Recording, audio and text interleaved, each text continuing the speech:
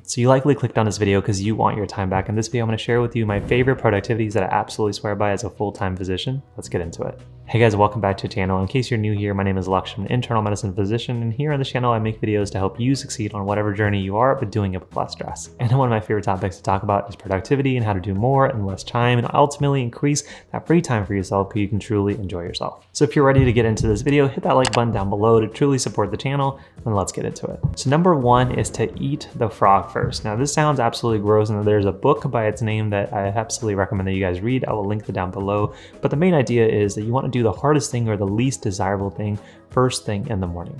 Now, I'm a perfect example of somebody who loves to procrastinate until something is due in a month, and then suddenly we get our gears turning and want to do it at an accelerated pace.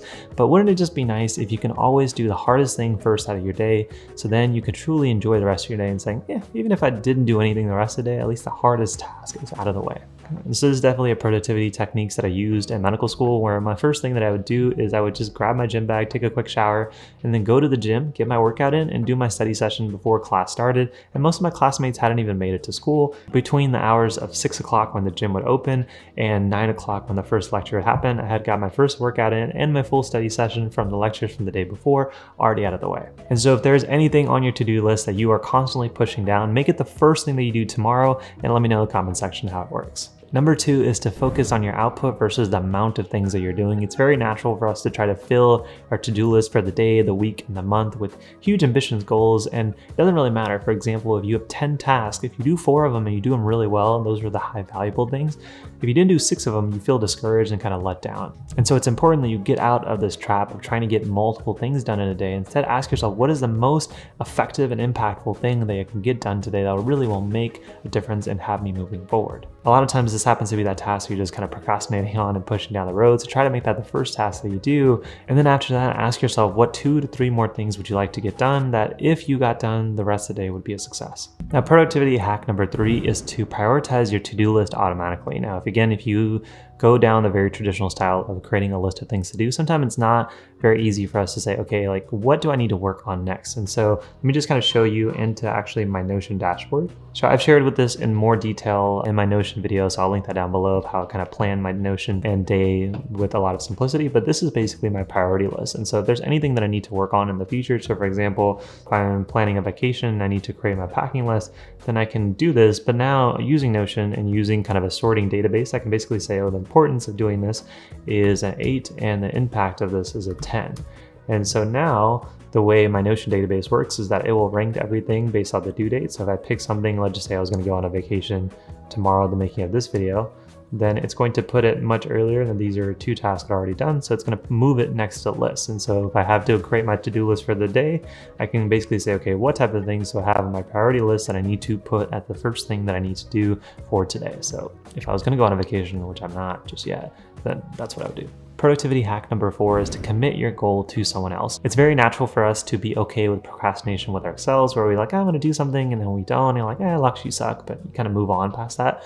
But if you commit to doing something by a deadline and you tell somebody about it and you don't get it done, and you do it over and over and over again, that person's like, you're not gonna get this done. And having somebody doubt you to get something done makes it much more likely that you'll get it done. So a lot of times when I have to do things like research projects or things for work or things for the business or the MD journey, a lot of times I will give a team member of mine or a physician that I work with on a research project a deadline. Even if I haven't started working on the paper itself, I may say, I will have the first draft written within 30 days on this day, and I'll give it to you.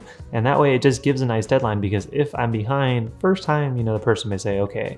But every time you promise something and you don't kind of come through, it makes you look more like a procrastinator. And sometimes, even though we may think of ourselves as a procrastinator, you may not want others to think of yourselves as so. So you may make deadlines more often if you share your goals and deadlines with somebody. So pick somebody who is going to actually keep you to your deadline that you set, whether it be a spouse or a family member, and tell them the importance of what you're trying to do so they understand why it's important to keep you accountable. And then just tell them, by this deadline, I will have this done, and I'm going to tell you that I had it done. Number 5 is probably one of my favorites, and that's to have a cutoff time. The biggest part of our productivity is to not always be busy, because if you are busy, that means you're filling all of your hours with things that seem like they're effective, but then when you evaluate a day like yesterday, you realize that while you had 24 hours, most of them weren't spent effectively. And so having a cutoff time where you say, after this hour, I'm not going to be doing any form of studying or work, and that forces you to use the hours before your cutoff time. So for me in medical school, like 7:30, because that's where my favorite TV shows would come on, a lot of NBA games would come on. So I didn't want to feel guilty of watching TV after a certain hour and not studying, so that made me want to be more efficient during the hours before. So if you're somebody who's watching this saying, I have no free time for myself, I have no extra time for other things that I enjoy, use that cutoff time to truly make yourself more efficient in less hours. Now, next productivity hack that I loved using in medical school, I still use as a physician, is to use motivational content while I'm working. Now, there's two styles of motivational content that I really enjoy, whether it's those YouTube style videos that are just motivational, somebody talking with a bunch of clips, kind of have that going in the background, or just those motivational instrumental musics that are kind of upbeat. Having that in the background just makes you feel more excited and more pumped to work. And usually I will start that on my computer before I actually start working, so then you just kind of feel like your environment's ready for you to come and attack it. And then finally, for those of you guys that are watching this video and saying, I just wish I had more time to enjoy myself and all this work is like getting in the way. Instead, as a productivity hack, start to sandwich your fun and your work in between itself. So for example, when I would go in medical school, I enjoyed working out. And so I would wake up early and make the first thing that I did something fun. So I would work out because I felt like I was starting the day on my term, but now I knew how to do some work. So then I would work out and study, and then I would come home and like watch YouTube videos or like kind of goof off, and then I would study again. And then maybe I could watch a TV show later in the evening and go play some basketball and then study again. But I would just sandwich something that I looked forward to with something that I really needed to do. And so I always felt like my life was still there regardless of how busy I was as a medical student. It wasn't just study, study, study, sleep, repeat. It always felt like the parts of me that mattered were still intermixed within all that work. And so it didn't make that work feel all that demotivating, because I always knew that it'd be followed by something that I'd be looking forward to.